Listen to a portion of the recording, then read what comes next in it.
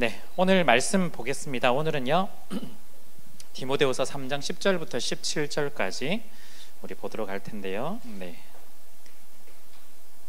우리 한 절씩 읽겠습니다.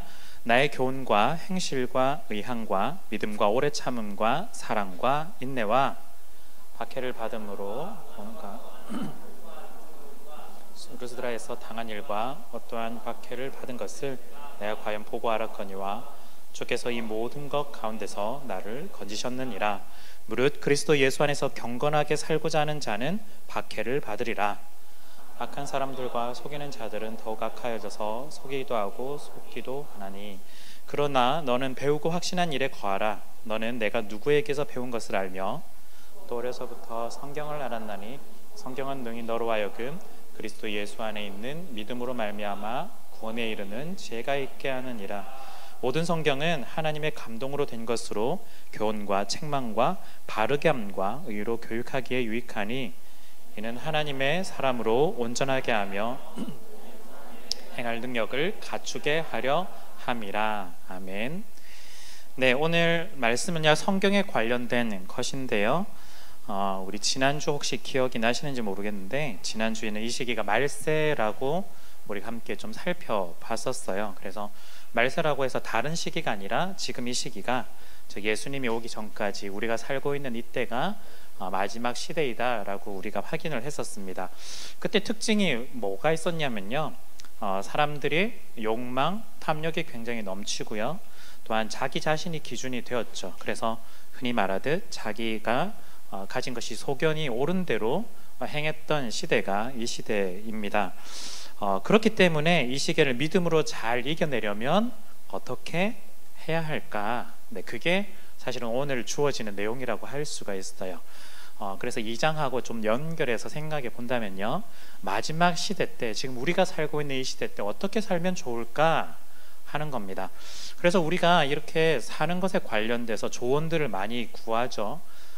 우리가 요즘은 워낙 이제 유튜브 관련해서 강의들도 많이 나오니까 어떻게 하면 좀 더 좋은 삶을 살 것인지, 또한 어떻게 하면은 우리에게 유익이 되는 삶을 살 것인지를 많은 조언들을 구할 수가 있어요. 그리고 생각보다 많은 정보들이 있기 때문에 주변의 사람들로부터도 많은 이야기들을 듣게 되죠. 그런데 여러분들이 너무나 잘 아시겠지만, 그런 이야기들을 들을 때마다 그때만큼은 정말 정답이야 하고 생각하지만, 또 다른 이야기를 들으면 또 그 이야기가 또 정답 같은, 그래서 기준이 달라질 때가 굉장히 많이 있습니다. 그렇다면 우리가 그리스도인으로서 마지막 시기를 살아갈 때 여러 사람들의 조언을 분명히 듣고 필요하겠지만, 흔들리지 않는 기준, 흔들리지 않는 분명한 확고한 기준이 있어야만 우리가 이 시기를 잘 살아갈 수 있겠죠. 그래서 그 기준을 오늘 이야기를 하고 있다라고 보시면 되겠습니다. 그게 뭐냐? 바로 성경에 관련된 이야기죠. 디모데 같은 경우에는요, 목회를 하고 있었어요. 목사라고 볼 수가 있는데요, 리더에게도 당연히 기준이 분명히 필요합니다. 우리가 생각하기에 어떤 목사라고 생각한다면 어떤 실력도 있고 재능도 있고 여러 가지 면에서 요구를 하겠지만, 우리가 놓치고 있는 것이 뭐냐면, 그 사람이, 목사가 성경을 가지고 기준으로 모든 것들을 진행해 나가고 있느냐가 굉장히 중요한 포인트입니다. 그걸 놓치게 된다면 아무리 좋아 보이고 또한 선해 보인다 할지라도 사실은 기준 없는 결정과 판단이 돼버릴 가능성이 높은 거죠. 자, 그래서 오늘 말씀, 왜 뜬금없이 고난의 시기, 말세의 시기 여러 가지 이야기를 하면서 왜 성경 이야기가 오늘 디모데후에서 등장하느냐? 바로 이 기준 때문에 오늘 성경 이야기가 등장한다라는 걸 여러분들이 기억하신다면 여러분들이 훨씬 더 적용을 잘 하실 수 있을 겁니다. 무슨 말이냐면, 그냥 성경 읽어야지 이것이 아니라 우리가 세상을 살아가는 기준, 세상을 살아가는 분명한 확고한 지점이라고 생각하시면 될 것 같아요. 흔들리지 않는, 그것이 성경을 통해서 주어질 수가 있다. 자, 그래서요, 여러분들 오늘 말씀을 들어가기 전에 한번 스스로에게 질문을 한번 던져보면 참 좋겠습니다. 여러분들의 삶의 기준이 성경으로 되어 있으신가요? 한번 생각해 보시면 좋겠고요. 또 하나, 내가 만약에 성경을 우리의 삶의 기준이라고 한다면 매일마다 내가 얻으려고, 또한 읽고 얻으려고, 유익을 얻으려고 성경을 읽고 있는가라 한번 질문해 보시면 좋겠습니다. 네. 고개를 들 수가 없죠. 네, 한번 질문해 보시고 또 오늘 말씀 끝나고 나서 한번 여러분들이 또한 결단을 해보시면 너무나 좋을 것 같습니다. 자, 여러분 성경을 우리가 읽는데요, 성경이 좀 가깝지가 않아요. 좀 멀리 있어요. 그래서 쉽게 손에 잡히지가 않아요. 그래서 기준이 되지가 않는 이유가 분명히 좀 있는 것 같은데요. 먼저 첫 번째는 아마 말씀을 경험하지 못해서인 것 같아요. 그래서 오늘 첫 번째 여러분들에게 오늘 전해드리고 싶은 이 내용은 말씀이 경험되어야 한다, 말씀을 경험해야 한다입니다. 14절을 보시면요, 그러나 너는 배우고 확신한 일에 거하라. 너는 내가 누구에게서 배운 것을 알며, 이렇게 되어 있어요. 자, 여기서 확신한 일이 뭘까요? 확신하다, 분명히 그 반석 위에 분명하게 서 있다라고 이야기를 할 수가 있을 것 같은데요, 이 확신은 어디서부터 시작되냐면 경험에서부터 시작이 된다고 할 수 있습니다. 경험은요, 진정한 경험은 자신의 주관적인 경험이 끝이 아니라 자신이 경험했던 게 너무 좋다면 다른 사람에게도 전할 수 있는 게 진정한 경험이에요. 내가 그냥 혼자서 좋았어, 괜찮네 하고 한다면 여기에 확신을 가질 수가 없는 거죠. 진짜 확신을 가지게 된다면 내가 가지고 있던 이 경험이 다른 사람에게도 전해질 수 있을 때 그것이 진정한 경험이 되고 진정한 확신이 될 수 있다라는 겁니다. 왜 우리가 확신을 가지지 못하고 왜 우리가 진정한 경험을 누리지 못하느냐? 네, 우리가 이것에 대해서 불완전하게 말씀에 대해서 이게 정말 가능할까라는 마음이 계속해서 들기 때문이죠. 여러분, 말씀에 확신이 생기면요, 이 경험한 게 너무나 좋아서 다른 사람한테 이야기를 할 수 있게 돼요. 네, 이건 너무나 여러분들이 비유적으로 잘 아실 수 있을 것 같은데요, 식당에 가서도 맛있는 음식을 먹게 되면요, 너무 좋다라고 이야기할 때 확신에 차면 어떻게 되죠? 네, 그걸 인스타에 올리게 되죠. 네, 그리고 다른 사람한테도 이야기를 하게 돼요. 얼마 전에 강남역 갔는데 새로 오픈한 가게가 있는데 가봤는데 너무너무 맛있더라, 다음에 한번 가보자. 사실은 확신이 있으니까 가는 거거든요. 근데 만약에 확신이 없으면 추천해 줄 수가 없죠. 당연합니다. 그 이야기가 사실은 이 확신하고 똑같아요. 우리가 말씀의 경험이요, 말씀을 읽고 묵상하고 그 말씀대로 살아가 보려고 했는데 그 말씀이 내 삶을 진짜 인도해 주었다. 그래서 다른 이들에게도 이 이야기를 해줄 수 있는 거예요. 진짜 말씀대로 살아보려고 하니까 이 말씀이 나에게 주는 것들이 있더라, 나에게 주는 경험이 있더라, 유익이 있더라. 그 경험을 한 사람이 우리가 이야기를 할 수가 있는 거예요. 그래서 말씀을 경험한 사람들이 확신을 가지고 이 말씀을 차곡차곡 쌓아 나갈 때 이 말씀이 기준이 될 수가 있는 거예요. 경험해봐야만 기준으로 받아들일 수 있게 된다라는 겁니다. 왜 말씀이 힘들까? 왜 말씀 읽는 것이, 또한 말씀을 기준으로 삼는 것이 힘들까? 말씀이요, 우리의 삶의 기준이 아니라 내가 원하는 것을 모두 다 또 막는 듯한 느낌이, 말씀이 또한 내가 바라는 것들을 못하게 하는 듯한 느낌이 드니까 말씀에 훨씬 더 마음이 가지 않는 거예요. 경험할 수도 없고요, 근처로도 갈 수도 없고, 또한 그것들을 통해서 내가 누리는 것도 없는 거예요. 그렇기 때문에 내가 이미 처음부터 말씀에 확신이 있는 게 말씀 자체에 확신이 없는 것이 아니라 내 주관적인 판단으로 말씀이 우리 속에 들어오는 걸 막고 있을 가능성이 훨씬 더 높다라고 말할 수가 있어요. 자, 그렇다면요, 말씀이 우리 속에 들어와서 말씀이 확신이 되고 또한 경험되고 또한 말씀이 기준이 되려면 어떻게 해야 될까요? 굉장히 중요한데요, 말씀을 읽어야 돼요. 네, 이게 무슨 맨날 듣는 이야기를 하겠지만 말씀을 읽어야 됩니다. 14절과 15절 앞부분에 보면요, 뭐라고 되어 있냐면, 그러나 너는 배우고 확신한 일에 거하라. 너는 내가 누구에게서 배운 것을 알며, 또 어려서부터 성경을 알았나니. 물론 디모데는요, 모태 신앙이었어요. 네, 모태 신앙이었습니다. 유대교 전통에서는요, 5살 때부터 구약을 가르친다라고 되어 있고 배운다라고 해요. 즉 디모데는 어쩌면 진짜 5살 때부터 어머니로부터 또한 외할머니로부터 계속해서 이 말씀이 어떤 것인지를 교육받고 배우고 훈련하고 자라왔겠죠. 거기서 이제 바울을 만나게 되고 또한 바울로부터 여러 가지 복음을 듣게 되면서 복음을 깨닫고 또한 거기서 이제 구약의 모든 것들이 좀 꿰어지게 되면서 반쪽짜리 복음이 아니라 진짜 예수 그리스도를 통해서 완전한 복음으로 이 말씀을 받아들이게 된 거죠.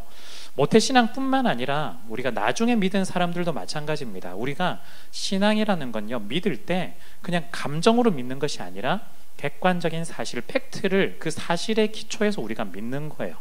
우리가 여러분들 교회 다니실 때 그냥 난 예수님을 믿어요가 아니에요. 예수님이 나를 위해서 구원해 주셨다는 것, 예수님이 나의 구원자입니다라는 걸 믿는 거예요. 예수님이 나의 주인입니다라는 걸 믿는 거예요. 그래서 우리는요, 독특한데 믿음은 맹목적이지 않고 그 믿음의 내용이 분명하게 있고요, 그 내용을 받아들이는 것을 믿음이라고 합니다. 그렇다면 우리가요, 신앙생활을 할 때 굉장히 중요한 건 교회 잘 나오고 그냥 기도하고 뭐 이런 단순한 게 아니라 우리가 여기서 믿는 이유, 믿는 근거, 믿는 사실이 무엇인지를 확인해 보는 습관이 굉장히 중요하다는 거예요. 그걸 어떻게 하느냐? 성경을 읽음으로써 우리가 확인할 수 있다라는 거죠. 여러분, 음식을 먹어 보지도 않고 맛을 알 수 있을까요? 예, 불가능해요.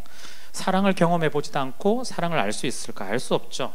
예, 음식을 먹어봐야 맛을 알 수 있는 거고, 사랑을 해봐야 사랑을 알 수가 있는 겁니다. 마찬가지예요. 말씀을 읽어봐야 말씀의 맛을 알 수가 있어요. 우리는 지레짐작 말씀 별로야 라고 처음부터 그냥 선을 그어버리는 경우가 되게 많은데요, 사실은 말씀을 읽지 않았기 때문에 알 수 없는 거예요. 읽으면 말씀을 경험하게 되고 확신 가운데 우리가 들어서게 될 수가 있는 거죠. 여러분, 우리가요, 이 말씀을 이렇게 이야기하시는 분들이 가끔씩 있어요. 내가 믿어지지 않는 게 사실은 말씀에 대해서 내가 믿어지지 않으니까, 거기에 있는 내용이 받아들여지지 않아서 내가 믿지 않겠다라고 보통 이야기를 하시는데, 그 중에 그런 말씀을 하신 분들 중에 진짜 말씀을 꼼꼼하게 읽어서 도저히 나는 못 받아들이겠다 하시는 분은 100명 중에 한두 명밖에 안 돼요. 그 말 무슨 말이냐면 100명 중에 나머지 90명, 98명은 말씀을 아예 읽어보지도 않고 받아들이지 않겠다가 대부분입니다. 진작 정작 거기 안에 무슨 내용이 있는지도 모르고 그냥 카더라, 흔히 말하는 성경에는 그렇게 되어 있더라라는 이야기만 듣고 우리가 거기에 반응하는 거야. 그래서 좀 쉽게 말씀을 드리면 어떤 거냐면요, 여러분들, 우리가 이제는 좀 나이가 있어가지고 기억이 안 날 수도 있겠지만, 어릴 때 보면 아이들이 흔히 말하는 동화를 읽게 되는데요, 뭐 안데르센의 동화 같은 것도 있고, 우리 고전, 그러니까 전래 동화를 읽는데, 여러분들이 그 이야기를 사실은 처음부터 끝까지 읽어본 사람이 많지가 않아요. 네, 많지가 않다라는 거예요. 뭐 다른 식으로 얘기한다면 고전 소설 중에 뭐 레미제라블 같은 거 혹시 처음부터 끝까지 다 읽어보신 분 있으세요? 우린 장발장 이야기는 주영이 최고. 다 읽어봤대요. 다 읽었어? 혹시 그 만화책으로 된 그런 건 아니에요? 레미제라블 같은 경우에 우리는 장발장 이야기 알잖아요. 그래서 그냥 빵 훔쳐가지고 어떻게 됐다.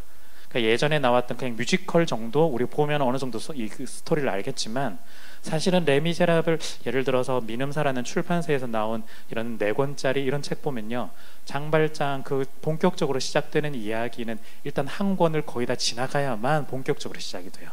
사실은 읽어본 적 없거든요. 그리고 그 이야기가 무슨 말을 하는지, 그 시대상과 어떤 혁명에 관련된 이야기를 하는지 사실은 몰라요. 그냥 빵 훔쳤다. 그래서 감옥에 들어가. 그 정도만 우리가 아는 거예요. 그래서 이야기를 오해하는 거예요. 많은 우리 동화라고 들려졌던 이야기들 중에 뒤에 있는 마지막 결말을 모르고 그냥 이야기로 접근하는 경우가 굉장히 많은 거예요. 오해가 굉장히 많다라는 거예요. 성경도 마찬가지입니다. 읽어보지도 않고 그 맛을 아는 척하는 경우가 생각보다 많다라는 거예요. 여러분, 말씀을 여러분들이 읽으셔야만 경험할 수 있습니다. 읽으셔야만 말씀이 뭐라고 하는지 최소한 알 수가 있어요. 읽으셔야만 이건 진짜 나랑 안 맞아라고 말할 수가 있어요. 처음부터 읽지도 않고 나랑 안 맞아 이렇게 말씀하시지 말고 한번 읽어보시고 나랑 맞는지 안 맞는지 그때 가서 이야기를 하셔도 될 것 같아요. 여러분들 롤러코스터를 탈 때도 그렇잖아요. 롤러코스터 난 정말 이건 너무 싫어 하지만 막상 탔는데 이러고 있고 생각보다 괜찮네, 별로 안 무섭네, 막 이런 거 있잖아요. 마라탕을 처음에 먹었는데 난 엄청 매울 줄 알았는데 생각보다 나는 매운 거 잘 먹네, 이렇게 하는 것처럼 한번 해봐야 알 수가 있는 것처럼 우리가 말씀을 읽어보셔야만 말씀을 알 수가 있습니다. 그래서요, 말씀을 읽어야 경험할 수 있다. 여러분, 오늘날을요, 제가 개인적으로 좀 느끼는 건 어떤 느낌이냐면, 우리가 여러분들이 신앙의 위기, 믿음의 위기, 좀 크게 범위를 넓혀서 교회의 위기, 또한 기독교의 위기 이렇게 이야기를 참 많이 하는데요. 사실은 지금만큼 예전보다 훨씬 더 설교를 더 많이 접할 기회가 많이 있고 또한 말씀을 접하고 또한 성경을 접할 기회가 엄청나게 많이 있습니다. 그런데 왜 갈수록 위기일까? 그리고 성경 공부도 나름대로 열심히 한다고는 해요. 왜 위기일까요? 성경 공부는 하고요, 교회는 나오지만 성경을 읽지를 않아서 그렇다라고 저는 판단해요. 성경을 안 읽어요. 네. 저는 솔직한 마음에는요, 우리한테도 한번 조사를 한번 해보고 싶다, 약간 그런 생각도 있는 거예요. 이걸 언제 조사하냐면 1월달 말고, 1월달엔 다들 성경 읽겠다고 하니까 12월 달에.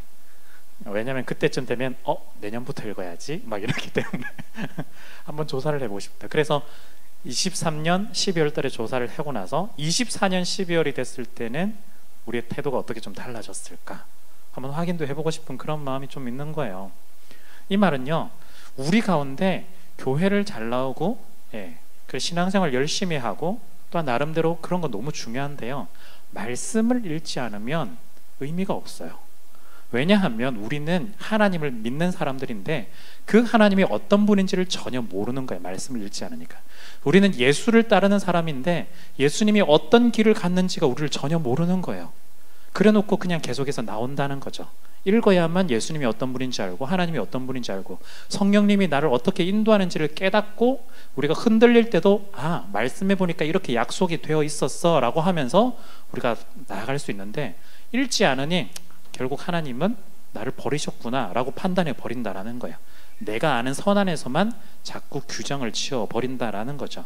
여러분, 우리가요, 그래서요, 일단 제일 중요한 거 첫 번째는 말씀을 경험하려면 성경을 읽으셔야 합니다. 그래야만 말씀의 맛을 볼 수 있고요, 경험할 수 있고 또한 확신도 할 수 있다라는 걸 여러분들 꼭 기억해 주시고요. 그렇다면 여러분들이 나름대로 좀 결단을 해야 되겠죠. 내년부터 읽겠다 하지 마시고 당장 제가 조금 그나마 양보를 해드린다면 오늘이 아니라 내일부터 읽겠다, 이 정도는 양보해 드릴 수 있어요. 내일부터 읽겠다. 그래서 여러분들이 정하셔가지고, 오늘 제가 일부러 그래서 여기 칼럼으로 성경을 읽을 수 있도록 도움을 드릴 수 있는 7가지 팁인데요, 7가지 다 안 하셔도 되고 한 가지만 해도 괜찮습니다. 그래서 예를 들어서 내일부터 읽을 때 다시 창세기부터 읽어야 되냐? 그러지 마시고, 결국엔 여러분들 스스로 너무 잘 알잖아요. 창세기 출애굽기 하면 이제 덮으실 거 잘 알잖아요. 그렇게 하지 마시고, 무리하지 마시고, 쉬운 거부터 에베소서든 요한일서든 그런 책부터 시작해서 나도 이 정도는 읽을 수 있구나 라는 걸 스스로 깨달으실 때 여러분들이 계속해서 자신감을 가지고 꾸준히 읽어 나가실 수 있어요. 순서 중요하지 않아요. 왔다 갔다 해도 괜찮아요. 괜찮으니까 한 번씩 맛을 들여보시면 좋겠습니다. 자, 오늘 두 번째는요, 성경이 내 삶의 주어가 되어야 한다입니다. 주어가 되어야 해요. 15절과 16절을 보시면요, 또 어려서부터 성경을 알았나니 성경은 능히 너로 하여금 그리스도 예수 안에 있는 믿음으로 말미암아 구원에 이르는 지혜가 있게 하느니라. 모든 성경은 하나님의 감동으로 된 것으로 교훈과 책망과 바르게 함과 의로 교육하기에 유익하니. 여기서 성경 설명하죠. 특징적인 건요, 주어가 성경이에요.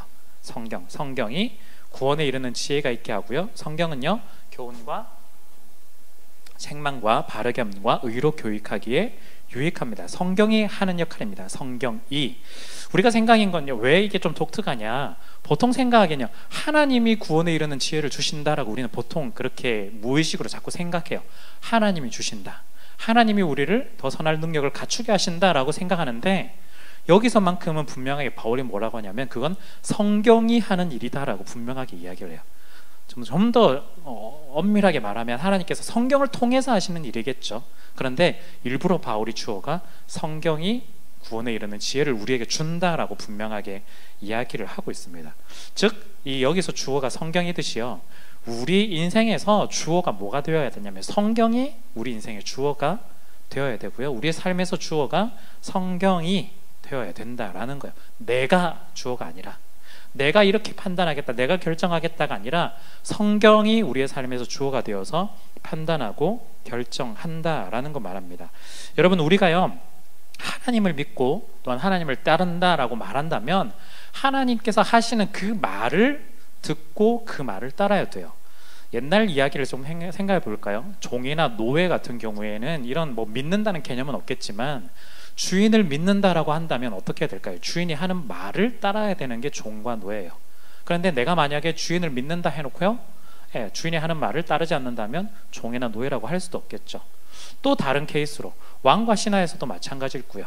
또 어떤 경우에는 좀 뭐 비유가 적절하지는 않을 수도 있겠지만 뭐 조폭 같은 경우에들, 우리가 우리 대장을 믿는다라고 하지만 대장이 하는 말을 믿지 않고 이거는 나를 속이려 하는 거야 하면서 다른 행동을 한다면 사실은 실제 믿는 게 아니겠죠. 그냥 의리가 깨어져 버린 거겠죠. 마찬가지입니다. 우리가 어쩌면요, 하나님을 향한 대상으로 믿는다라고 말하는데 이 조폭들이 말하는 식으로 우리가 이야기를 하는 것 같아요. 그냥 의리 정도로만 살짝. 근데 이 의리가 내 유익이 되지 않는다면 그냥 끊어버리는 거죠. 하나님이 별로 도와주시지 않는 것처럼 우리가 판단해버린다는 거예요. 그래서 이 말이 하나님의 그 말씀을 내 기준으로 맞춰봤을 때 이건 괜찮은 말씀인데 하면 받아들이고 이건 좀 불편한데 하면 안 받아들이려고 하는 거예요. 그래서 이 말씀을 우리가 받아들일 때 때로는 하나님이 사랑하신다, 역시 하나님은 사랑의 하나님이야. 그런데 한편으로는 하나님이 우리를 벌하시고 저주하신다 하면 하나님 뭐 이런 하나님이 뭐가 있어 하면서 거부하고 거절하는 경우들도 우리 가운데 있는 거죠. 그걸 실제로 해왔던 사람들이 말시온주의자라고 보통 이야기를 하는데, 그 사람들은 성경책을 보고 쉽게 말하면 좋은 부분, 구약의 하나님은 벌 주는 하나님, 우리와 관련 없는 하나님이다. 신약의 하나님만이 사랑의 하나님이다라고 하면서 신약의 몇 부분만 성경으로 받아들였어요. 나머지는 받아들이지 않고 결국 마지막에 이단으로 판명이 났죠. 하나님을 그렇게 자기 마음대로 재단해 버렸어요. 마음대로.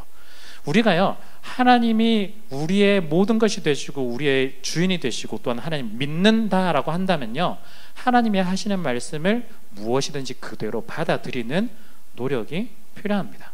즉 하나님이 또한 하나님이 주시는 말씀이 우리의 삶의 주어가 되어야 한다라는 거예요. 우리가 마음에 들지 않는다 할지라도 말이죠.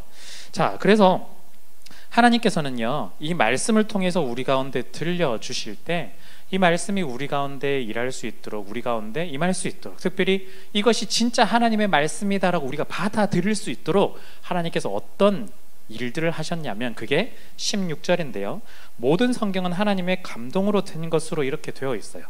우리가 생각하기에 결국 이 텍스트는 사람이 쓴 게 아닐까? 그래서 이걸 내가 믿고 의지할 수 있을까? 이걸 따라서 우리가 모든 것들을 주어로 삼을 수 있을까 하겠지만, 하나님께서 이 텍스트를 우리 가운데 주실 때요, 사람을 사용하셔서 하나님께 주셨지만 하나님의 감동을 통해서 이게 하나님의 말씀임을 깨달을 수 있도록 우리 가운데 주셨다라는 거예요. 조금 더 정확하게 말씀드리면요, 이 하나님의 감동으로 되었다라는 이 말은요, 좀 더 원어적인 의미를 풀면 하나님께서 숨결을 불어넣어 주셨다라는 뜻이 여기에 숨겨져 있는 의미예요. 사람에게, 그 사람이 가지고 있는 성향, 성품, 또한 스타일, 글 쓰는 스타일들이 모두가 다른데 거기에 하나님의 숨결이 들어가서 하나님께서 하시는 그 마음과 뜻을 담아서 쓸 수 있도록 했다라는 거죠. 즉 하나님이 직접 글을 쓸 수도 있겠지만 사람을 통해서 쓰는 방식을 통해 하나님의 뜻을 담았다라는 겁니다. 즉 그래서요, 우리가 그걸 보통 뭐라고 말하냐면 성령님께서 이 저자다라고 이야기를 하는 거예요. 성경의 저자는 성령님이다. 그래서 우리가 기도를 할 때, 성경을 읽으실 때 어떤 기도가 필요하냐면요, 성령님, 제가 이 성경을 읽으려고 하는데, 말씀을 읽으려고 하는데 성경의 저자이신, 숨결을 불어넣어 주신 이 성령님께서 제 마음 가운데 오셔서, 저자이신 성령님께서 제가 이 성경을, 말씀을 잘 이해할 수 있도록 도와주십시오라고 우리가 기도할 필요가 있습니다.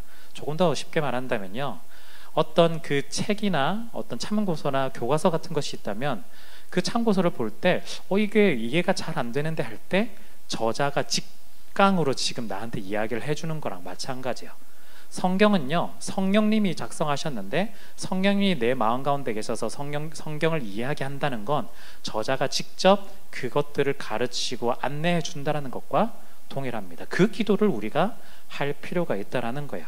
그래서요, 성경마다 문체가 다르고 스타일이 다르고 모든 것이 다 달라서 단순히 사람의 이야기가 아닐까라고 할 수도 있겠지만, 이 가운데 하나님은 사람을 사용하셔서 하나님의 감동하심으로 숨결을 부어 주셔서 성령을 통해서 우리가 그것들을 하나님의 말씀으로 잘 받아들이고 또한 이해하고 살아갈 수 있도록 인도해 주신다라는 거예요. 그래서 하나님의 말씀입니다. 여러분, 그렇기 때문에요, 이 성경이, 하나님의 말씀이 우리의 삶에서 주어가 되어서 우리를 인도해야 하겠습니다. 여러분, 우리가 교회를 다니면서도요, 신앙생활을 하면서도 우리가 구원에 관련된 것들, 여러 가지 이야기의 것들이 잘 받아들이지 않는 건 이 성경이 우리의 삶에서 주어가 되지 않기 때문이에요. 성경이 주어가 될 때 어떤 일이 일어날까요? 교훈을 주시고요, 책망을 주시고 바르게 함을 주시고 위로 교육하기에 유익한 그런 것들을 더해 주십니다. 구원에 관련된 지혜들을 허락해 주신다라는 거예요. 여러분들의 삶이 변하고 싶으시다면, 여러분들의 삶이 변하고 싶으시다면 성경을 읽으셔야 되고요, 또한 이 성경이 단순한 사람의 이야기가 아니라 하나님께서 나에게 주시는 말씀으로, 믿음으로 받아들이며 읽으셔야 한다는 거예요. 그때 이런 교훈들, 바르게 함들, 구원에 이른 지혜들이 우리 가운데 주어진다. 여러분들이 이걸 꼭 믿음으로 고백하면서 나갔으면 좋겠습니다. 자, 마지막으로는요, 무슨 이야기를 하느냐? 성경이 추구하는 인간상을 따라가야 돼요. 이건 성경의 목표, 성경의 목적이라고 할 수 있습니다. 17절인데요, 이는 하나님의 사람으로 온전하게 하며 모든 선한 일을 행할 능력을 갖추게 하려 함이라. 물론 성경이 말하는 목적은요, 요한복음과 요한일서에 나오듯이 우리가 예수 이름을 힘입어서 구원을 얻게 하는 것이 목적입니다. 그런데 거기서 끝나지 않아요. 왜 우리가 구원 얻는 것이 목적이라고 한다면, 거기서 끝난다고 하면 제가 좀 자주 말하듯이 그 순간 천국 가면 되는데, 흔히 말하듯이 왜 천국에 가지 않고 이 땅에 계속해서 남아있느냐? 해야 될 일들이 남아있기 때문입니다. 그것이 오늘 본문에 나와 있는 내용이에요. 17절, 우리가 성경을 통해서 하나님의 사람으로 계속해서 온전하게 이 땅 가운데 살아가는 것, 그리고 선한 일을 행할 능력을 갖추면 뭘 하죠? 선한 일을 하는 거예요. 선한 일을 하는 사람이 되게 하기 위해서 이 땅 가운데 여전히 남겨두시고 그 일의 기준으로 말씀을 우리 가운데 주셨다라는 거예요. 그래서 성경이 추구하는 인간상은 어떤 인간상이냐면요, 그냥 단순히 복음 잘 전하는 사람, 이런 걸 말하는 게 아니라 이곳 가운데서 하나님의 삶으로 온전하게 되는 것, 선한 일을 하는 사람으로 만들어가는 것이 성경이 말하는 인간상이라고 할 수가 있습니다. 굉장히, 그렇다면 우리가 어떤 모습으로 살아가야 될지 좀 더 선명해지지 않겠어요? 자, 그렇다면요, 온전하다는 말이 어떤 의미일까?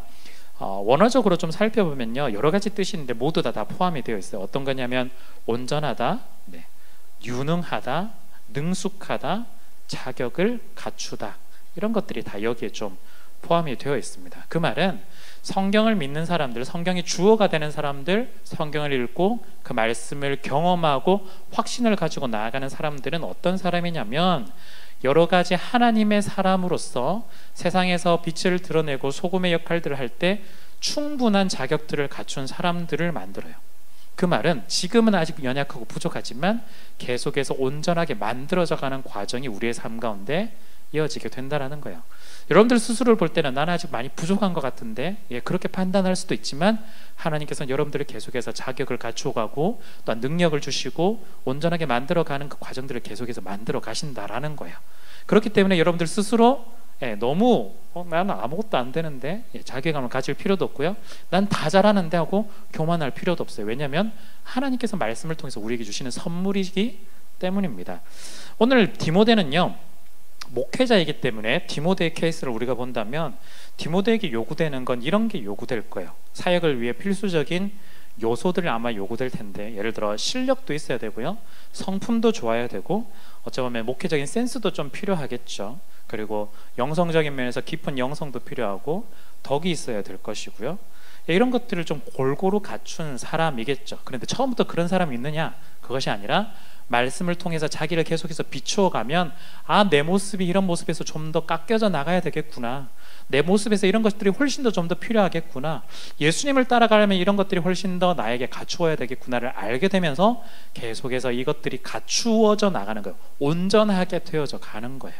그것들이 지금 요구가 된다라는 거예요. 특히 이 에베소 교회에서, 디모데가 사역하는 이 교회에서는요, 거짓 교사들이 계속해서 들어왔어요. 복음을 굉장히 흐리게 만들고 있는 상황에서는 어떤 게 필요할까? 복음의 사람, 특히 말씀의 사람, 성경의 사람이 되어야 하겠죠. 그 상황과 환경에 따라서 더 요구되는 것들이 분명히 있을 겁니다. 마찬가지예요. 여러분들의 상황 가운데서도요, 하나님께서 여러분들을 계속해서 그리스도인으로서 온전하게 만들어 가실 거예요.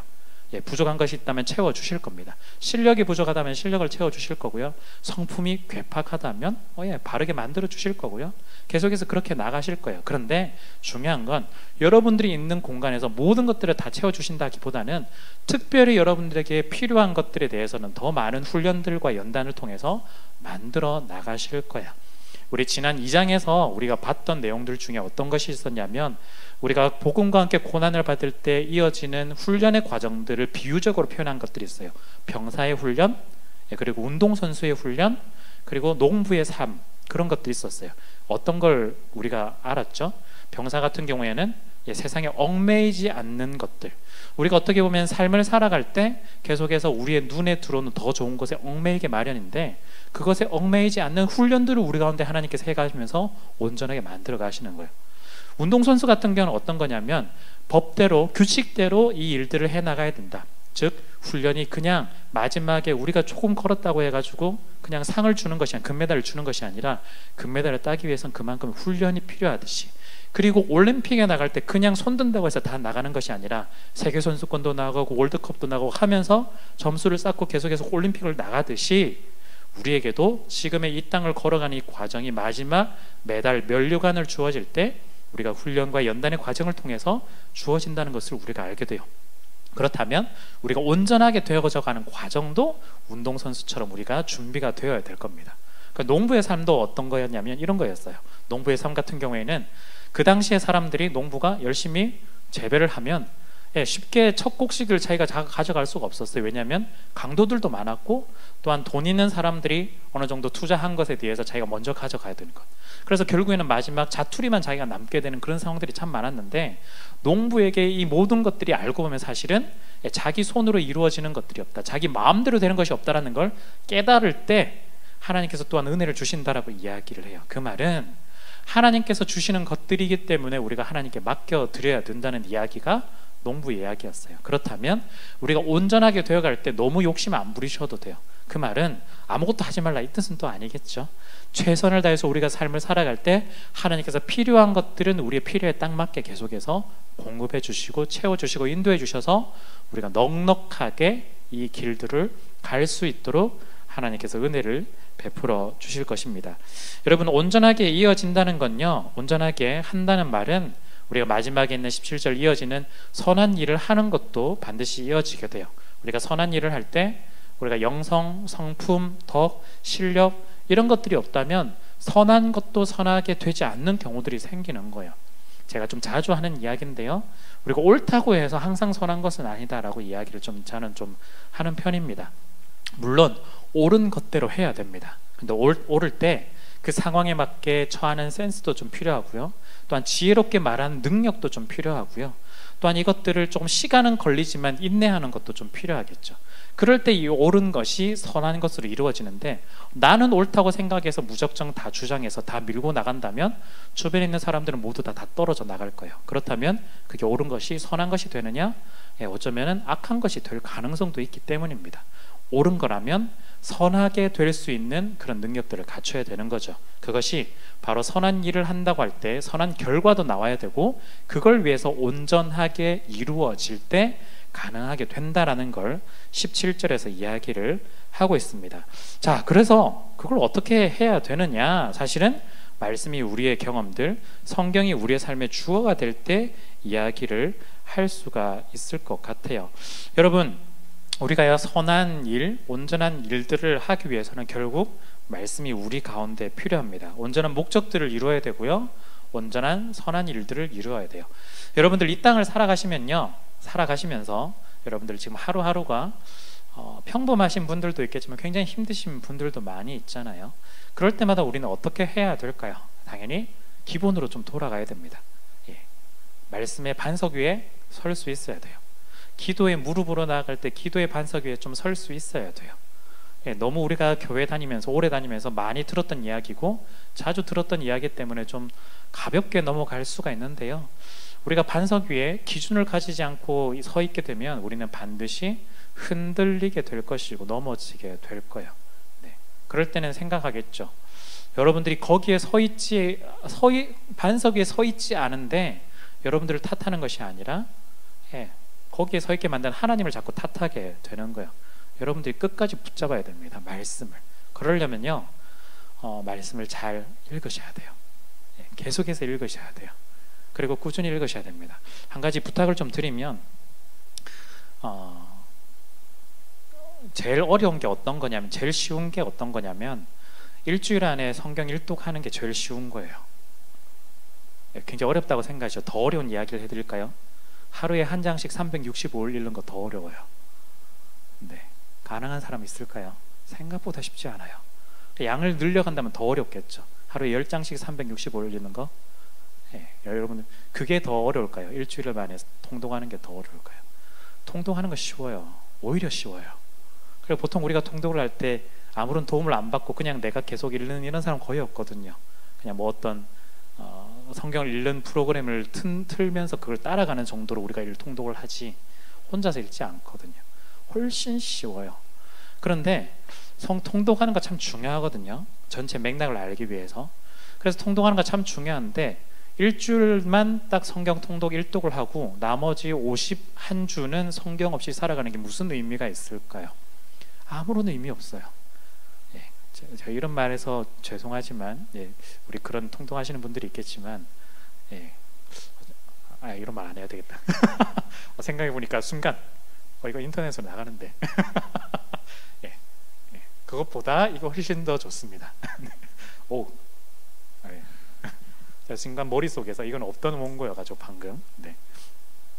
어쨌든 그렇습니다. 그래서 그 일주일에 한 번 통독하는 것보단요 매일마다 꾸준히 하는 게 훨씬 더 어려워요. 그런데 우리가 그게 필요합니다. 우리 가운데 필요한 게 뭐냐면 그거예요. 그렇기 때문에요, 그건요 굉장히 재미가 없어요. 아주 지루해요. 그리고 나에게 있었던 시간의 변수들이 너무나 많기 때문에 오늘은 읽고 내일은 안 읽고 내일은 안 읽고 또 모레는 읽고 왔다 갔다 해요. 그런데 안 읽고 안 읽다 보면 계속 안 읽어요. 우리의 패턴이 그래요. 여러분들 너무 믿지 마세요. 자신을 너무 믿지 마세요. 너무 믿지 마세요. 그렇기 때문에 우리가 계속해서 꾸준히 읽어가는 노력들을 굉장히 하셔야 되고, 혼자서는 힘들기 때문에 대부분 옆에 있는 지체들의 도움을 받아서 2명이든 3명이든 같이 하셔야 그나마 오래 갈 수가 있습니다. 그래서 제가 여기에 그 이야기를 좀 적어 놓은 거예요. 그리고요, 여러분들 한 가지 부탁을 드리고 싶은 건, 읽으시다가 때로는 감동이 없어요. 그리고 읽으시다가 때로는 유익도 별로 없다고 느껴질 때도 있어요. 때로는 어떤 생각이 드냐면, 읽는데 그냥 눈만 쭉 따라가고 어떤 내용이 하나도 안 들어오면서 한 10분, 20분 읽다가 마지막에 덮고 나면 내가 이거 뭐 하는 거지? 왜 하는 거지? 하는 생각이 들 때가 있어요. 그게 말씀 기도가 다 똑같거든요. 여러분들 그때 덮는 순간 끝입니다. 그걸 넘어서야 돼요. 운동선수들이 굉장히 피크까지 굉장히 할 때 굉장히 힘들어 하잖아요. 근데 왜 계속 하죠? 마지막까지. 그때 진짜 근육이 만들어지니까. 그걸 넘어설 때, 오늘 한 세트에서 안 되니까 그냥 그만두면 그 한계점을 넘어서지 못하고 계속해서 머무르기 때문에 한계점을 넘어설 때 한 단계 더 넘어가거든요. 여러분들 그때는 아무런 생각 없어도 그냥 하셔야 돼요. 진짜 부탁드립니다. 진짜 그 얘기 너무 제일 많이 듣는 것 같아요. 하다 보니까 이게 진짜 도움이 되나 싶고 왜 하는지 모르겠어요. 그만해야 될 것 같아요. 그만하는 걸 사탄이 가장 원할 거예요. 그 타이밍을 잘 넘어가시면 좋겠습니다. 그래서 여러분들 자신을 믿지 마시고요, 그냥 주어지는 매일에 있는 할 때마다, 말씀을 읽을 때마다, 기도할 때마다 그때 나에게 능력이 되고 힘이 된다는 걸 믿으시고 꾸준히 이어나가시면 좋겠습니다. 그래서 괜찮으시다면 12월 달에 한번 조사를 한번 해보고 그래, 우리가 생각보다 우리가 읽는 공동체다 한번 깨달았으면 좋겠습니다. 이건 좀 개인적으로 진짜 저는 제일 심각하다고 저는 생각하는 사람입니다. 성경 공부 막 제가 많이 만들지 않잖아요. 오히려 그냥 성경 읽기 하자고 하는 이유가 성경을 읽지 않아서 그래요. 그래서 그런 얘기를 좀 말씀드렸습니다. 마지막으로 정리 간단하게 하겠습니다. 오늘 말씀 좀 정리하면요, 우리의 삶의 기준이 필요한데요, 성경이다. 그래서 성경을 오늘 3가지를 좀 주제로 봤습니다. 말씀을 경험해야 한다. 말씀을 읽으셔서 경험하셨으면 좋겠고요. 또 하나, 성경이 여러분들의 삶의 주어가 되었으면 좋겠습니다. 내 생각, 내 판단으로 주어 삼지 마시고요, 성경이 주어가 돼서 우리에게 유익한 말씀이든 또한 때로는 야단치는 말씀이든 여러분들이 기쁘게 받으셨으면 좋겠습니다. 세 번째는요, 성경이 추구하는 인간상, 성경이 추구하는 목적, 이 땅을 살아가는 삶의 목적을 이야기해 주죠. 온전하게 하고 선한 일을 하는 것, 말씀을 통해서 여러분들이 그걸 깎아 만들어가면서 그 일에 동참하셨으면 좋겠습니다. 그래서 여러분들이 이 말씀에 따라서 다시 한 번 더 말씀을 읽는 여러분들이 되셨으면 좋겠고요, 자꾸 핑계 대지 마시고 자꾸 여러 가지 이유 대지 마시고, 이거 공부할 때마다 그런 사람도 생기거든요. 공부를 막 시작하면 책상이 너무 지저분해서 공부가 안 돼요. 자꾸 연락이 와요. 그냥 핸드폰 끄면 되는데 자꾸 연락이 온대. 또 괜히 나는 음악을 들으면서 해야지. 이 음악은 좀 마음에 안 드는데 이 음악 들어볼까? 이 음악 들을까? 하고 보면 이미 한 시간. 이렇게 되거든요. 자꾸 핑계 대지 말고, 자꾸 이 다른 데 시선 두지 마시고 그냥 말씀 한번 읽어보셨으면 좋겠습니다. 그 말씀 오늘을 마지막으로 드리겠습니다. 그래서 여러분들이 말씀의 사람이 되었으면 좋겠고요, 성경의 사람이 되셔서 이 험난한 세상 가운데 말씀의 기준 삼아 한 걸음씩 한 걸음씩 넉넉하게 당당하게 걸어갈 수 있는 여러분들 되시기를 간절히 바랍니다. 아멘.